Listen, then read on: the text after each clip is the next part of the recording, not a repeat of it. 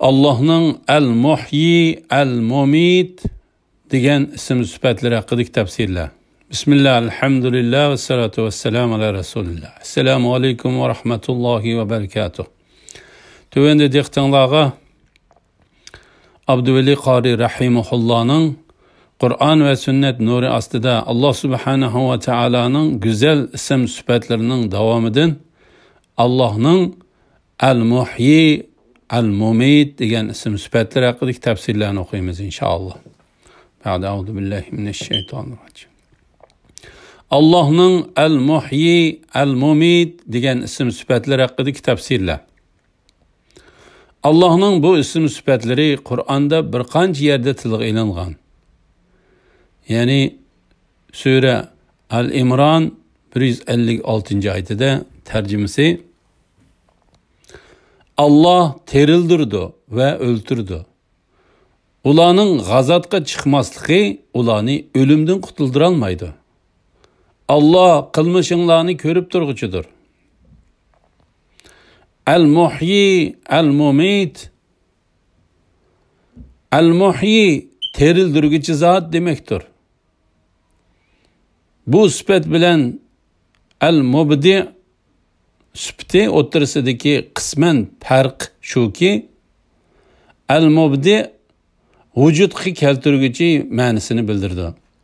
Al-muhyi bo'lsa vujudga kelgan mavjudotlarga hayot beg'ishlag'ichi ma'nosini bildirdi. Al-mumit vujudga kelgan mavjudotlardan hayotni olg'ichi, o'ltirguchi ma'nosini bildirdi. Elbette terildirguchi hem yani hayat berguchi hem şu hayatını elip öldürgücü bo'lgan zat hem Allah Subhanahu ve Teala'dır. Kur'an ve hadislerde Allah Subhanahu ve Teala'nın bu isim sıfatlariga alaqadar tuvendiki mezmunlar tilga ilingan. Sure Enbiya 33. ayetinde tercümesi Allah keçini ve kündüzni, günni ve ayni yarattı. Ulanın her biri özüge has pelekte seyir kılıdı. Sure Yasin 40. ayetinde tercümesi günün ayğı yetibilişi yani ikisinin cem bulup gelişi keçinin kündüzden eşip ketişi yani vakti gelmezden kündüzünün ornunu elişi mümkün emas. Her biri pelekte üzüp yuturdu.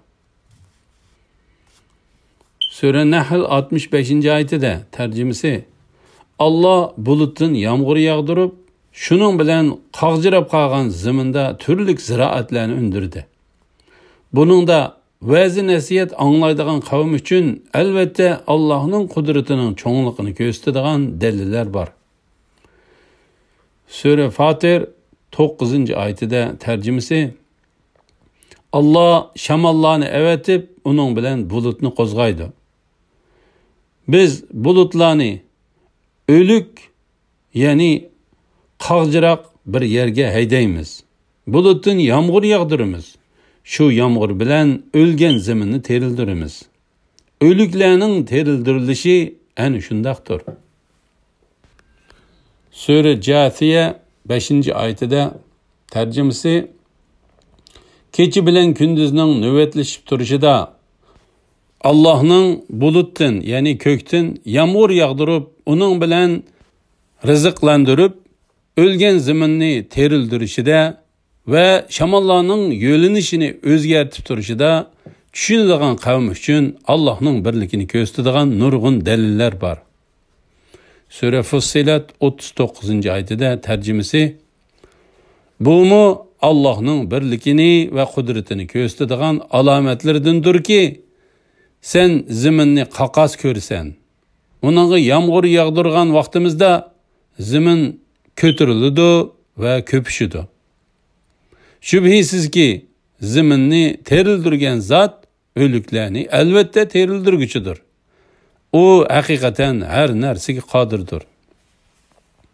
Sure Baqara 73. ayetide tercümesi Sizlarga Musa arqılık dedik ki Kalının bir parçası bilen ölükni urunglar. U terilip qatilini aytib berdi. Allah ölüklerini şundak, yani köz aldığınlarda bu ölükni terildirgendek terildirdi. Sileni düşensun dep kudretinin alametlerini silegi köstüdü. Sure El-İmran 156. ayetide tercümesi: Ey müminler, seferge çıkan yoki g'azatga chiqqan qarindoshlari haqida ular yenimizda bo'lganda o'lmaydi va o'ldirilmaydi degan kofirlarga o'xshash bo'lmanglar. Allah buni ularning dillarida hasrat qilsin. Allah terildirdi va o'ldirdi. Ularning g'azatga chiqmasligi ularni o'limdan qutuldira olmaydi. Allah qilmishinglarni ko'rib turg'uchidir. Sure A'raf 158. ayetide tercümesi: Ey Muhammed sallallahu aleyhi ve sellem, aytqin ki, ey insanlar, men hakikaten sizlarning hammanglarga Allah tarafidan avatilgan elchiman. Osmonlarning va zaminning podshohligi Allohga xosdir. Uningdan boshqa ibodatga loyiq hech iloh yo'qdir. Allah terildirdi ve öldürdü. Allah'a ve Allah'ın sözlerine iman keltirdiğin elçisi ummi peygamberge iman keltirinler. Hidayet tepişinler için onunla ergişinler. Elhamdülillah. Yukarıda Allah Subhanahu ve Teala'nın isim sıfatlerinden El-Muhyi, El-Mumit degan isim sıfatlarının tefsirini aldığınlar. Keyin qitimda Allah'ның El-Hayy degan isim sifatlari haqidagi tafsirlarni o'qiymiz inshaalloh. Va sallallohu ala Muhammad va ala alihi va sahbihi va sallam. Assalomu alaykum va rahmatullohi va barakatuh.